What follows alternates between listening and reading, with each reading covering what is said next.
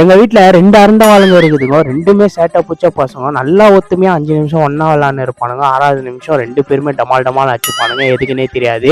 ஏன்டா ரொம்ப நேரம் நல்லா தானே விளாண்டு, ஏன்டா ஒத்தனை அடிச்சுக்கிறீங்க அப்படின்னு கேட்டான். இவன் அவனை பத்தி ஒரு குறை சொல்லுவான், அவன் இவனை பத்தி ஒரு குறை சொல்லுவான். 2 பேரும் சொல்றதும் நமக்கு புரியாது. சரி ரொம்ப நாள் ஆச்சா பசங்களை வெளில கூட்டின்னு போய் அப்படின்னு பிளான் பண்ணி பீச்சுக்கு கூட்டின்னு போனா அங்க வந்து ஒரு வேலையை பார்த்தானுங்க பாருங்க.